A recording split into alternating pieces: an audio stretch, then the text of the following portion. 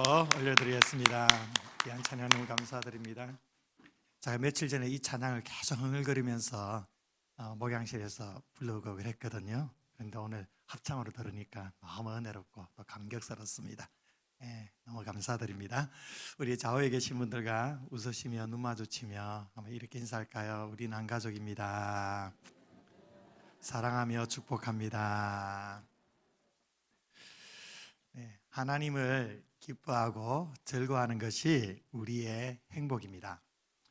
신앙생활은 고행이 아닙니다. 신앙생활은 하나님 때문에 기뻐하고 즐거워하는 행복한 생활입니다. 왜 그럴까요? 우리 아버지 하나님은 너무도 행복한 분이시기 때문입니다. 하나님은 모든 것을 당신의 뜻대로 다 이루시고 성취하시기 때문에 아주 행복하신 분이시죠. 이 행복하신 하나님께서 우리 행복을 위해서 지금도 일하시고 계십니다. 그래서 우리가 하나님 아버지를 생각할 때에 우리에게도 이 행복이 가득 넘치게 되는 거죠. 우리는 이 행복을 영과 진리로 드리는 예배를 통해 누릴 수가 있다고 했습니다. 예배는 하나님의 즐거움을 경험하는 행복의 향연, 행복의 잔치입니다. 우리는 진리로 드리는 예배를 통해 하나님이 어떠하신 분이신지를 깨달을 때에 우리의 가슴이 뜨거워집니다. 그 뜨거워진 가슴으로 영으로 하나님을 전심으로 찬양하며 높여드릴 때에 우리는 예배의 감격을 맛보게 됩니다. 이러한 예배의 감격 속에서 우리는 성령 안에 영혼의 생수를 체험하게 됩니다. 생수의 강이 우리의 심령 가운데 흘러 넘치게 되는 것입니다. 그래서 삶의 활력이 생겨지는 거죠. 이처럼 예배는요, 하나님과의 관계, 이 수직적인 관계에서 행복을 누리는 행복의 잔치입니다. 우리가 예배를 통해서 이렇게 하나님과의 수직적인 행복을 누린다면 이제 수평적인 행복도 누릴 수 있어야 되지 않겠습니까? 이 수평적인 행복은 바로 서로를 향한 사랑을 통해서 누릴 수가 있는 것입니다. 사랑을 한마디로 정의하면요, 하나님을 향한 넘치는 기쁨으로 이웃의 필요를 즐거이 채우는 것이라고 했습니다. 하나님을 향한 넘치는 기쁨이 우리 안에 회복될 때에 우리는 이웃의 필요에 대해 눈이 열려지게 됩니다. 그리고 그 필요를 채우기 위해 수고를 합니다. 이것이 사랑이고 여기에 행복이 있다는 것입니다. 아낌없이 사랑할 때에 행복이 있습니다. 이것을 가리켜 행복의 수고라고 하는 겁니다. 오늘 이 행복의 수고에 대해서 여러분들과 말씀을 나누려고 합니다. 흔히 사랑은 동사라고 얘기합니다. 그러니까 사랑은 행동하는 것이라는 것이죠. 사랑에는 말이 아니라 행위가 따라야 된다는 겁니다. 상대방을 위해 무엇인가를 행하는 어떤 행위가 사랑이라는 겁니다. 그렇지만 사랑은 그 행위 이상입니다. 사랑하기 때문에 우리는 희생을 합니다. 그러나 희생적인 행위가 무조건 사랑과 동일한 것은 아닌 것입니다. 여기에 대해 고린도전서 13장 3절에서 이렇게 말씀했습니다. 내가 내게 있는 모든 것으로 구제하고 또 내 몸을 불사르게 내줄지라도 사랑이 없으면 내게 아무 유익이 없느니라. 모든 것을 가지고 구제한다는 것이 얼마나 희생적인 사랑입니까? 쉽지 않은 사랑이에요. 내 몸을 불사르게 내줄지라도, 그 당시에 내 몸을 불사른다는 것은 순교를 말합니다. 다른 사람을 위해 목숨을 바치는 것까지 포함되는 거죠. 얼마나 놀라운 사랑입니까? 이렇게 자신의 몸을 순교로 혹은 다른 사람을 위해 내어준다면, 자신의 모든 것을 아낌없이 구제하며 섬긴다면 이만한 사랑이 어디에 있을까요? 그런데 뭐라고 말합니까? 이것이 사랑이 아닐 수도 있다는 겁니다. 자신의 이름이나 명예를 드러내기 위해서 이렇게 할 수 있다라는 거죠. 어떠한 보상을 기대하면서 자신을 희생할 수도 있는 것입니다. 즉 사랑과는 전혀 다른 동기로 이러한 행위를 할 수도 있는데, 그렇다면 그것은 사랑이 아니라는 거죠. 이런 측면에서 사랑은 행동 그 이상의 것이라고 할 수가 있습니다. 또한 바울은 사랑은 시기하지 않는다고 했고요, 성내지 아니하고 진리와 함께 기뻐하고 모든 것을 바라고 참고 믿는다라고 말했습니다. 이러한 것들은 행위를 말하는 것이 아니고 다 마음의 감정이죠. 마음의 느낌입니다. 상대방에 대한 그릇된 시기심이나 분노심을 가지고 있으면 그것은 사랑이 아닙니다. 함께 진리를 기뻐하지 않는다면 사랑하는 것이 아닌 것입니다. 이러한 점에서 또한 사랑은요, 행위 이상일 뿐만 아니라 감정 이상이기도 합니다. 그렇다면 진정한 사랑은 어디에서 나오게 되는 것일까요? 진정한 사랑은요, 먼저 은혜의 통로입니다. 고린도후서 8장에서 9장에 보면 마게도냐 교인들이 기근으로 인해 어려움에 처해 있는 예루살렘 교회를 위해서 구제 헌금을 한 것이 기록되어 있습니다. 바울은 이것이 진정한 사랑으로 보았습니다. 이런 사랑이 바로 행복의 수고라는 겁니다. 왜 그럴까요? 바울은 본문 1절에서 마게도냐 교인들의 헌금을 두고 하나님께서 마게도냐 교회들에게 주신 은혜라고 표현을 했습니다. 그러니까 이 예루살렘 교회를 향한 구제 헌금은 바로 하나님의 은혜로 출발되었다는 것입니다. 하나님의 은혜가 예루살렘 교인들에게로 흘러 넘쳤다라는 것입니다. 그들은 억지로 구제한 것이 아닙니다. 자원해서 구제했습니다. 어떤 대가를 바라는 것이 아니었습니다. 또 자신의 명예와 자신의 이름을 위한 것도 아니었습니다. 오늘 본문의 4절을 보니까 이 은혜와 성도 섬기는 일에 참여함에 대하여 우리에게 간절히 구하니라고 기록하죠.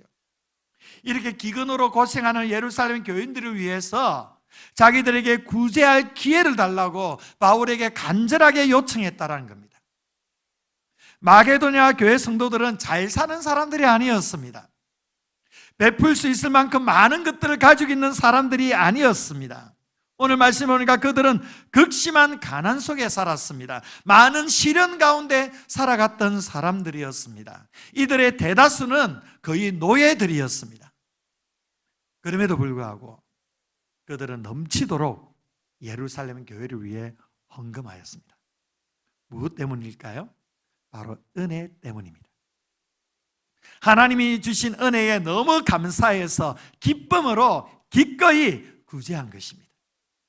그러니까 하나님의 은혜에 대한 즐거움이 다른 사람들로 향한 사랑의 열매로 나타났다라는 것이요. 이것이 바로 사랑입니다. 사랑은 하나님의 은혜로부터 출발되어야 그 사랑이 온전한 사랑이 됩니다. 하나님으로부터 행복을 체험한 사람이 그 행복을 흘러보내는 아름다운 행복의 수고, 바로 이것이 사랑이라는 겁니다. 여러분, 하나님의 은혜의 성질은 절대 고여 있지 않습니다. 은혜는 흘러가는 거예요. 하나님께서 내게 은혜를 주시는 것은 바로 나를 통해서 다른 사람에게 그 은혜가 흘러가도록 하시기 위함입니다.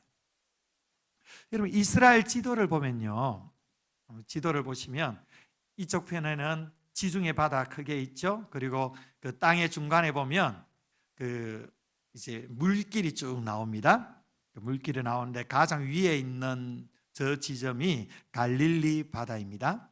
그리고 중간에 흘러가는 것이 요단강이고 마지막이 맨 밑에 사해 바다가 있어요. 갈릴리 바다는요, 물고기와 생물이 아주 풍성합니다. 그래서 이스라엘 사람들을 풍요롭게 만들어주죠. 이스라엘의 수산물의 대부분은 갈릴리 바다에서 나옵니다. 지중해와 갈릴리 바다에서 대부분이 나와요.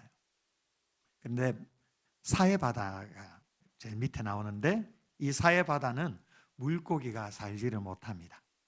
생명이 살 수 없는 죽은 바다입니다.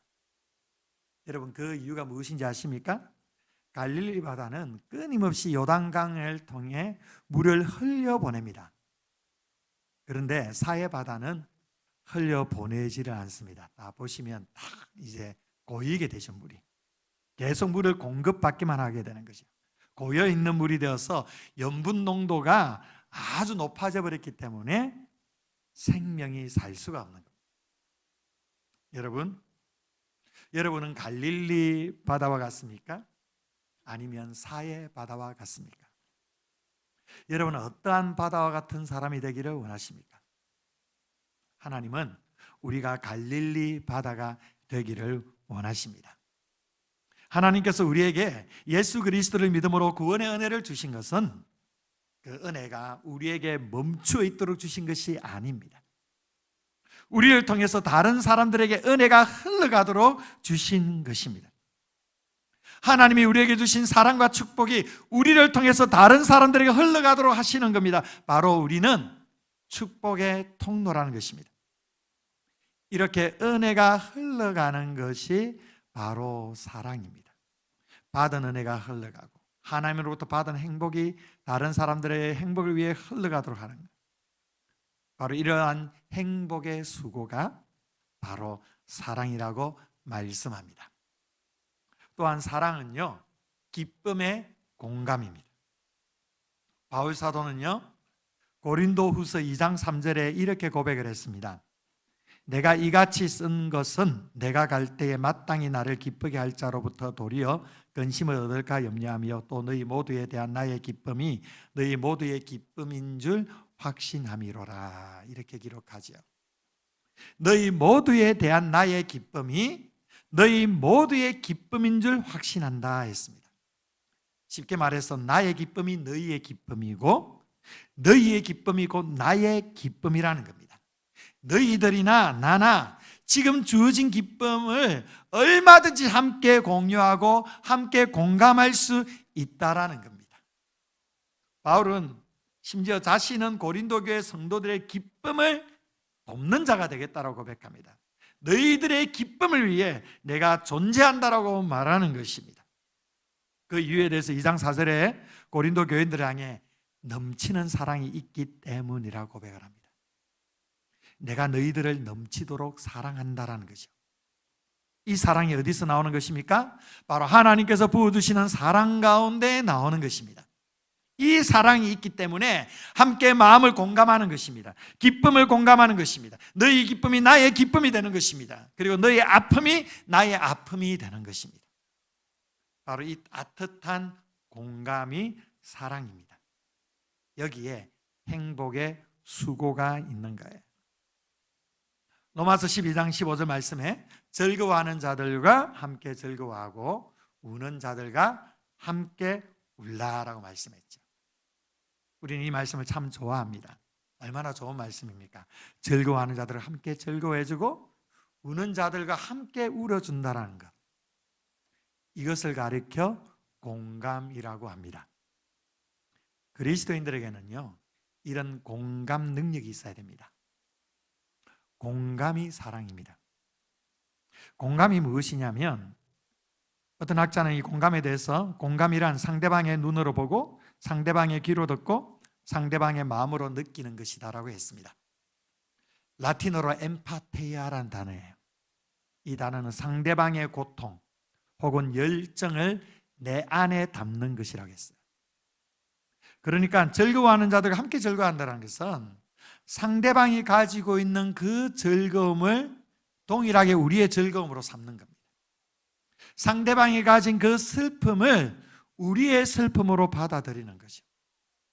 즐거워하는 자들에게 함께 즐거워해 주는 사람, 슬퍼하는 자들로 함께 슬퍼해 주는 사람, 바로 이런 사람들이 진정한 그리스도인입니다. 이것은 자기와 친한 사람, 가족들에게만 그렇게 하는 것이 아닙니다.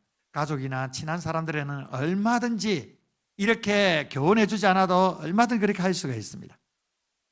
그런데 돈독한 사이가 아니라 할지라도, 심지어 적대적인 관계에 있는 사람들이라도 그렇게 할 수 있어야 된다는 겁니다. 사도 바울이 고린도 교회에 넘치는 사랑으로 사랑한 것은 고린도 교회 성도들 모두가 다 바울을 사랑해주고 인정해 주었기 때문이 아닙니다. 이 고린도 교회 성도들 가운데 바울의 사도권을 인정하지 않고 계속 시비 걸고 공격하는 성도들도 있었습니다. 사도 바울은 12 제자들 속에 속해 있지 않지 않느냐, 언제부터 바울이 사도가 되었느냐, 우리는 인정할 수 없다.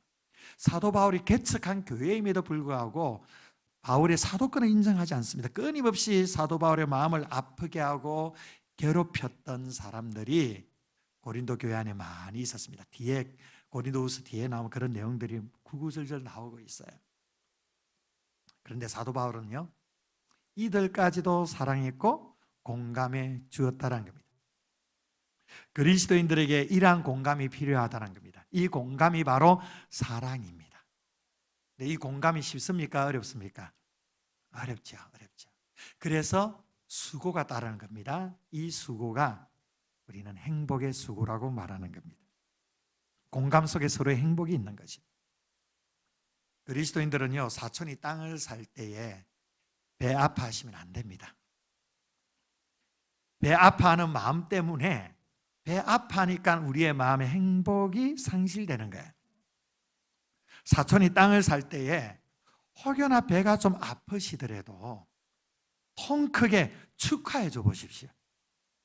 그러면 사촌이 땅을 살 때 기뻐하는 넉넉한 그 마음을 우리가 배워가게 될 것입니다. 경쟁 관계에 있는 친구들이 잘 될 때 좀 질투가 나더라도 축하 메시지를 보내보십시오. 나는 실패했고 상대방은 성공했을 때 얼마나 자괴감이 느껴질까요? 그 인간의 이 본성이 아닙니까? 그럼에도 불구하고 그 마음을 잘 억누르고 진정으로 그 상대방의 성공을 격려해주고 축하해줄 때에 우리는 그 속에서 삶의 넉넉함을 배우게 되는 것입니다. 그리스도인들에게 이런 넉넉함이 있어야 됩니다. 그리스도인들은 이러한 여유로움이 있어야 됩니다. 여러분, 이렇게 남의 기쁨을 공유하는 마음은 열린 마음입니다. 남의 기쁨을 질투하는 마음은 닫힌 마음이에요. 사랑하는 성도 여러분, 혹시 여러분의 마음이 닫혀 있다면 이 시간부터 마음을 열어 놓으십시오. 넉넉해지십시오. 남이 기뻐할 때 축하해 주는 쪽으로 마음을 여십시오. 그러면 우리의 마음이 행복해집니다. 여러분이 마음을 여시고 다른 사람들의 기쁨을 여러분의 기쁨으로 공유하면, 그것을 공감해 주면 여러분 안에 행복이 가득하게 되는 거예요. 다른 사람의 아픔을 함께 아파해 줄 때 상대방이 어떨까요? 얼마나 힘이 생기겠습니까? 상대방은 그 아픔 속에서도요, 우리가 함께 아파해 줌으로 말미암아 살아갈 수 있는 힘을 가지게 됩니다. 용기를 얻게 되고 희망을 가지게 되는 거죠. 그러면 그 상대방만 좋은 것입니까? 아니에요. 그 용기와 희망을 회복하는 상대방도 행복하지만 나 자신도요, 상대방의 그 회복되는 모습을 보면서 마음이 행복해지는 거죠. 바로 이 공감이 행복의 수고라는 겁니다. 여러분, 기꺼이 공감해 주십시오. 즐거워하는 자들로 함께 마음껏 즐거워해 주십시오. 우는 자들과 함께 마음껏 위로해 주시고 마음껏 울어 주시며 마음껏 우리가 힘을 불러일으켜 주십시오. 그 속에서 우리는 하나님 나라의 행복을 체험하게 될 것입니다. 아멘이 없으시네요. 그렇게 될 줄 믿습니다. 또한 사랑은요, 행복의 갈망이기도 합니다. 여러분, 사랑하면 마냥 좋습니까? 마냥 좋은 게 아니에요. 사랑하면 마냥 좋다라고 얘기하는 사람들은 피상적으로만 사랑하기 때문에 그래요. 깊이 사랑하면 마냥 좋지가 않습니다. 항상 사랑에는 가슴 아리가 뒤따르게 되죠. 사랑하기 때문에 아픔을 겪는 겁니다. 사랑하기 때문에 눈물이 있는 거예요. 그래서 사랑은 무엇의 씨앗입니까? 눈물의 씨앗이라고 얘기하죠. 사랑. 진리입니다. 진리. 유행가 가사지만 사랑은 눈물의 씨앗이에요. 남편 때문에 얼마나 속상해서 눈물 흘릴 때가 많습니까?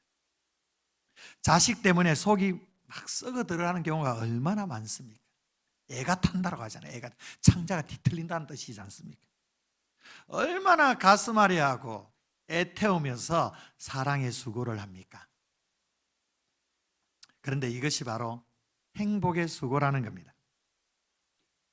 왜 우리가 기꺼이 이 행복의 수고를 하는 겁니까? 함께 행복하고 싶은 갈망이 있기 때문이죠. 왜 우리가 가슴앓이를 합니까? 왜 우리가 애태우는 사랑을 하는 겁니까? 내가 사랑하는 사람이 잘 되기를 소망하기 때문이죠. 행복하기를 소망하기 때문이죠. 내가 가진 행복이 우리 가족들에게, 우리 사랑하는 가족들에게, 우리 사랑하는 가족, 우리 사랑하는 자녀들에게 흘러가기를 원하는 간절한 마음이 있기 때문에 가슴앓이를 하는 겁니다. 여러분, 구약의 모세를 생각해 보십시오. 이스라엘 백성들을 향한 모세의 사역은요, 그야말로 가슴앓이였습니다. 끊임없이 불순종하고 거역하고 불평과 불만을 늘어놓고 심지어 자신을 죽이려고까지 하는 이 이스라엘 백성들 때문에 얼마나 많이 가슴앓이했는지 모릅니다. 그래서 제발 좀 나를 죽여달라고까지 하나님 앞에 기도하기도 했어요. 그럼에도 불구하고 모세는 이 이스라엘 백성들을 포기하지 않았습니다. 끝까지 그들을 책임졌습니다. 출애굽기 32장에 가보면 이스라엘 백성들이 우상 숭배의 죄악을 저질렀을 때 하나님이 진노를 하십니다. 그래서 이 이스라엘 백성들을 다 쓸어버리고 다시금 모세 너를 통해 새로운 민족을 세우겠다고 말씀합니다. 그때 모세가 뭐라고 합니까? 하나님, 내 이름을 생명책에 지어버려도 괜찮습니다. 내 이름이 생명책에 지어지는 한이 있어도 이 이스라엘 백성들만큼은 주님 살려주시옵소서, 구원해 주시옵소서, 간곡하게 요청하지 않습니까? 이 모세의 기도로 하나님께서는 그 진노를 거두시죠. 모세는 이러한 가슴앓이를 기꺼이 기쁨으로 감당했습니다. 왜 그랬을까요? 하나님께서 허락하신 기쁨을 이스라엘 백성들 모두가 다 누리기를 원하는 갈망이 있기 때문입니다. 약속의 땅 가나안의 그 기쁨을, 아직 가보지는 못했지만 그 기쁨을, 그 감격을 모세가 너무도 잘 알고 있기 때문에 그 기쁨을 함께 누리고자 하는 마음의 소망 때문에 이렇게 속썩이고 말 안 듣고 불평 불만만 내저지르는 이스라엘을 품고 묵묵히 나아갔던 것이죠. 여러분, 이 마음이 바로 이스라엘과 우리를 향한 하나님 아버지의 마음입니다. 여러분, 우리를 향한 하나님의 사랑도 어떠할까요? 가슴앓이 사랑이에요. 정말로 애끓는, 애태우는 사랑이에요. 호세아 11장 8절에 이렇게 말씀을 하는데요, 우리 함께 읽어볼까요? 시작. 에브라임이여, 내가 어찌 너를 놓겠느냐? 이스라엘이여, 내가 어찌 너를 버리겠느냐? 내가 너를 어찌 아드마같이 놓겠느냐? 어찌 너를 스보임같이 두겠느냐? 내 마음이 내 속에서 돌이켜 나의 긍휼이 온전히 불붙듯 하도다. 아멘. 이스라엘 백성들이 하는 짓을 보면 정말 포기해버릴 만도 한데요, 하나님의 마음이 막 썩어져 들어가는데, 너무도 골치 아픈데 하나님의 마음속에 긍휼이 불이 붙는 듯이 타들어간다는 거예요. 가슴에 불이 타오르는 거예요. 도저히 이들을 포기할 수가 없는 거죠. 저놈들 내가 포기해버리면 아무런 소망이 없는데, 저놈들 내가 버려버리면 완전히 멸망할 수밖에 없는데, 그걸 생각하니까 너무 가슴이 아픈 거죠. 그래서 하나님께서 이스라엘을 끝까지 포기하시지 않는 것입니다. 이렇게 이스라엘 백성들을 향해 불붙는 것 같은 애달픈 사랑이 바로 하나님의 행복의 수고입니다. 하나님이 불행한 것이 아니에요. 이것이 하나님의 행복, 우리에게 주시고자 하는 그 행복에 기꺼이 치르는 하나님의 대가요 수고인 것입니다. 이 사랑은 동일하게 우리에게 주시는 사랑인 것입니다. 우리를 사랑하시고 우리를 구원하시기 위해 하나님께서는 독생자 예수 그리스도를 아낌없이 내어주셨습니다. 정말로 찢어지는 가슴으로 아들 예수 그리스도를 십자가에 죽게 하셨습니다. 왜 그랬습니까? 바로 우리의 행복을 위해서입니다. 우리가 멸망에서 구원받기 위해서, 지옥에서 천국으로, 멸망에서 영생으로 우리를 그 참된 영혼의 행복을 주시기 위해 하나님께서는 찢어지는 가슴으로 아들을 십자가에 못 박게 하신 것입니다. 우리가 진정으로 행복하기를 바라는 하나님 아버지의 마음이 여기에 있습니다. 바로 이 수고가, 하나님의 이 행복의 수고가 우리를 살려주셨습니다. 이것이 하나님의 행복입니다. 여러분, 우리에게도 이런 가슴 아픈 사랑이 있습니다. 예수 그리스도를 믿으면 구원을 받고 영생을 누린다는 이 복음의 능력이 나에게는 큰 감격이고 감사이기도 합니다. 그런데 또 다른 한편으로는 믿지 않는 불신 가족과 친구들을 향해서는 두려움이 됩니다. 그래서 찢어지는 아픔으로 다가옵니다. 나만 구원받으면 어떡하나? 나만 천국 가면 어떡하나? 왜 이런 아픈 마음이 오죠? 왜 이 복된 소식 앞에 왜 마음이 아파오는 겁니까? 내가 사랑하는 가족들이 모두 예수 믿고 구원받기를 갈망하기 때문이죠. 그렇지 않습니까? 불신 가족이 예수 그리스도의 은혜를 받아 누리기를 갈망하는 그 마음이 우리 가운데 있습니다. 그 또 다른 한편으로는 불신 가족이 그리스도의 은혜를 거절하는 그 현실도 있습니다. 이 간격 때문에 참 마음이 많이 아파오는 것이요. 왜 아픈 것입니까? 사랑하니까요. 그리고 우리 사랑하는 가족의 행복을 내가 무엇보다도 갈망하니까. 그래서 이 아픔 자체가 사랑입니다. 이 가슴 앓이 자체가 사실은 행복입니다. 우리는 이것을 통해 하나님의 그 행복의 갈망함을 더해가게 되는 것이죠. 여러분, 우리가 하나님의 풍성한 은혜를 체험했을 때 우리는 우리의 가족을 넘어서 이 땅에 잃어버린 영혼들을 향해서도 아픈 마음을 가지게 되는 것입니다. 그래서 전도하고 선교하는 것입니다. 전도와 선교에는 이 사랑이 담겨져 있는 거예요. 사랑은 하나님의 은혜가 흘러가기를 바라는 갈망이기 때문에 아픔이 따르지만 행복의 수고입니다. 우리는 가슴 아픈 현실 속에서 사랑을 베푸는 것이 행복한 삶이라는 것을 기억해야 합니다. 주는 것이 받는 것보다 복이 있다고 했습니다. 아낌없이 베푸는 수고가 상대방뿐만 아니라 나를 행복하게 해주는 것입니다.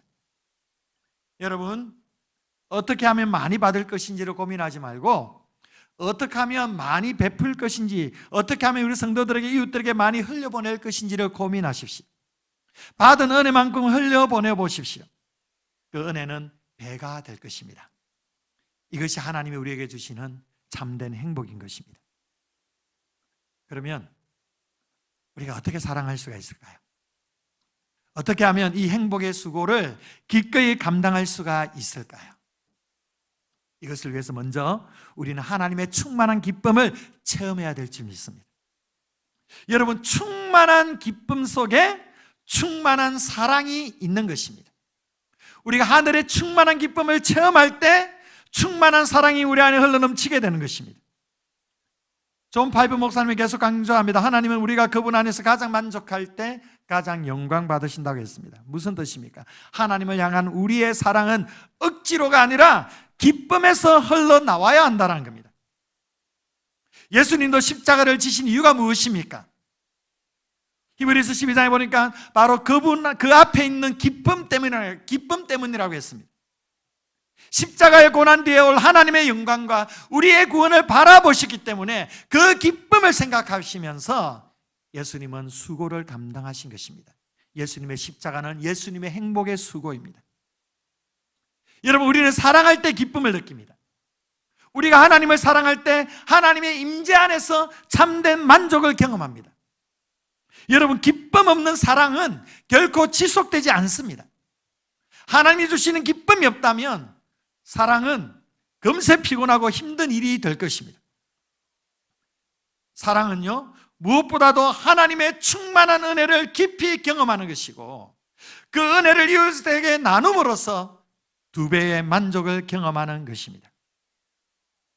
여러분, 여러분의 삶에 결핍에 초점을 맞추지 마시고 받은 은혜에 초점을 맞추시기를 바랍니다. 자꾸만 결핍에 초점을 맞추니까 우리의 인생이 궁색해지는 거예요. 삶이 쪼그라드는 거예요. 돈 몇 푼 때문에 벌벌 떨면서 우울감 같은 부정적인 정서만 쌓여져 가는 거예요. 여러분, 결핍에 초점 맞추지 말고 주님 주신 은혜에 초점을 맞추십시오. 그래 할 때 우리가 얼마나 하나님 앞에서 부유한 사람인지 발견하게 될 거예요. 그래서 마게도냐 성도들처럼 자신의 그 극심한 가난 속에, 그 결핍 속에서도 구제할 수 있는 기쁨을 누리게 되는 것입니다. 궁핍함 속에서도 풍요로움과 기쁨을 경험하게 되는 것입니다. 여러분, 그리스도 안에서 참된 부자는요, 많이 가진 자가 아니고요, 많이 베푸는 자입니다. 돈을 많이 모아두는 사람이 부자가 아니라 돈을 아름답게 잘 흘려보내는 사람이 부자예요. 이런 사람이 행복한 사람입니다. 이런 사람이 복을 받는 것입니다. 이를 위해 우리는요, 무엇보다도 은혜 받기를 힘써야만 합니다. 하나님의 기쁨을 먼저 체험해야 됩니다. 하나님 안에서 참된 기쁨을 발견할 때 우리는 흘러보내는 삶을 살아갈 수가 있는 거죠. 그래서 우리는 하나님을 예배해야 됩니다. 영과 진리로 예배하며 전심으로 기도하며 하나님의 말씀 안에 거하는 삶을 살아야 됩니다.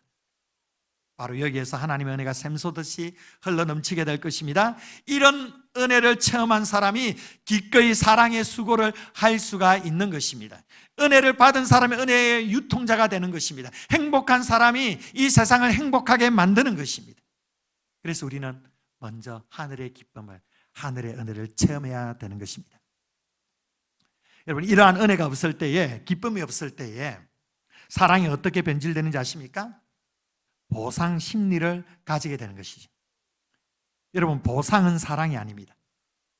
내가 베푼 호의에 대한 어떠한 보상을 바란다는 건 결코 사랑이 아니에요. 보상이 안 따라오면 막 서운해요. 불평이 생기고 원망이 생깁니다. 그건 사랑이 아닌 거예요. C.S. 루이스가 이런 얘기를 했습니다. 정당한 보상은 어떤 행위에 덧붙여지는 것이 아니라 그 행위의 완성이다. 무슨 얘기일까요? 좀 예를 들면 결혼을 생각해 보십시오. 좋은 배우자를 만나서 지금보다 더 나은 인생을 기대하고 결혼하는 것, 이것이 당연하다고 생각하는데 사실은 그건 사랑이 아니라는 거예요. 자신의 선택에 대한 보상일 뿐입니다. 결혼해서 내가 행복하고 싶어, 내가 행복할래, 이 보상을 기대하니까 나중에 어떻게 됩니까? 내가 이루려고 결혼했나라고 나오는 거죠. 여러분, 어떠한 행위에 대해 보상을 기대하는 것은 사랑이라 말할 수가 없습니다. 결혼 생활의 불행은 바로 여기서 나오는 거예요. 결혼 생활에 있어서 보상이 뭘까요? 내가 마음껏 사랑해 줄 상대가 있다는 게 보상이에요. 여기에 기쁨이 있는 겁니다.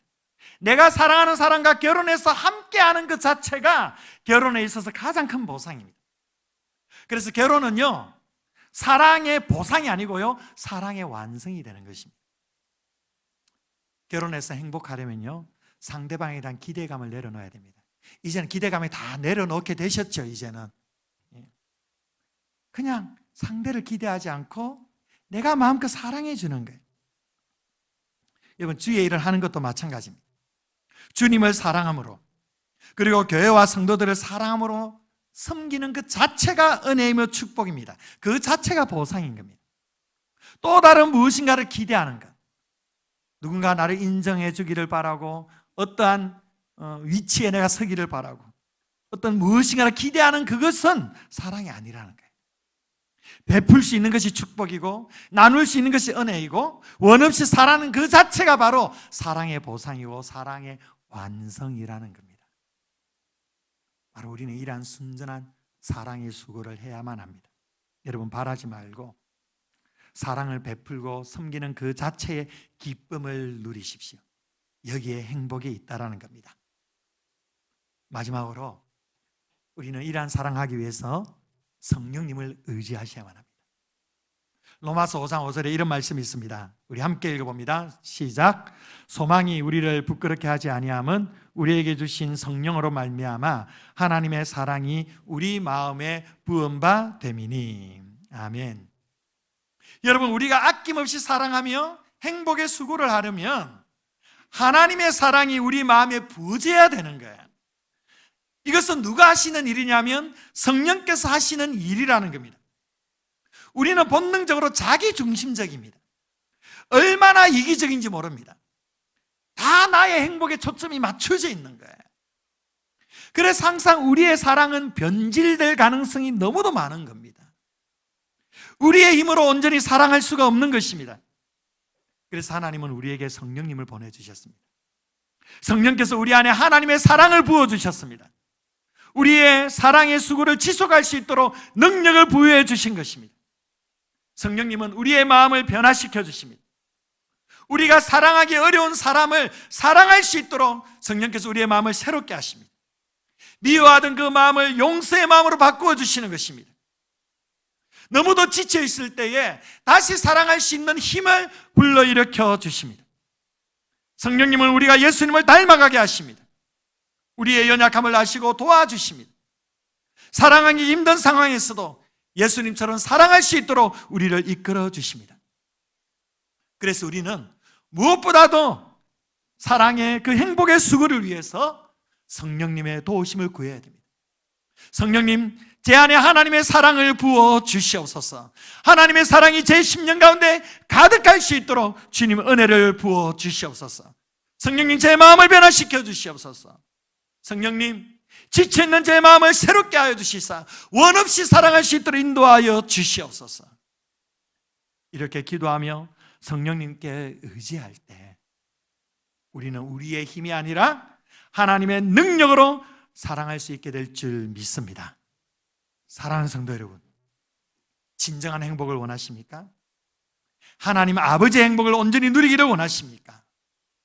그렇다면 수직적으로 전심으로 하나님을 예배하십시오. 영과 진리로 전심으로 하나님을 높여드리십시오. 그 예배에 여러분 목숨을 걸어보십시오. 그러면 우리 주님이 여러분의 생명이 되어 주실 것입니다.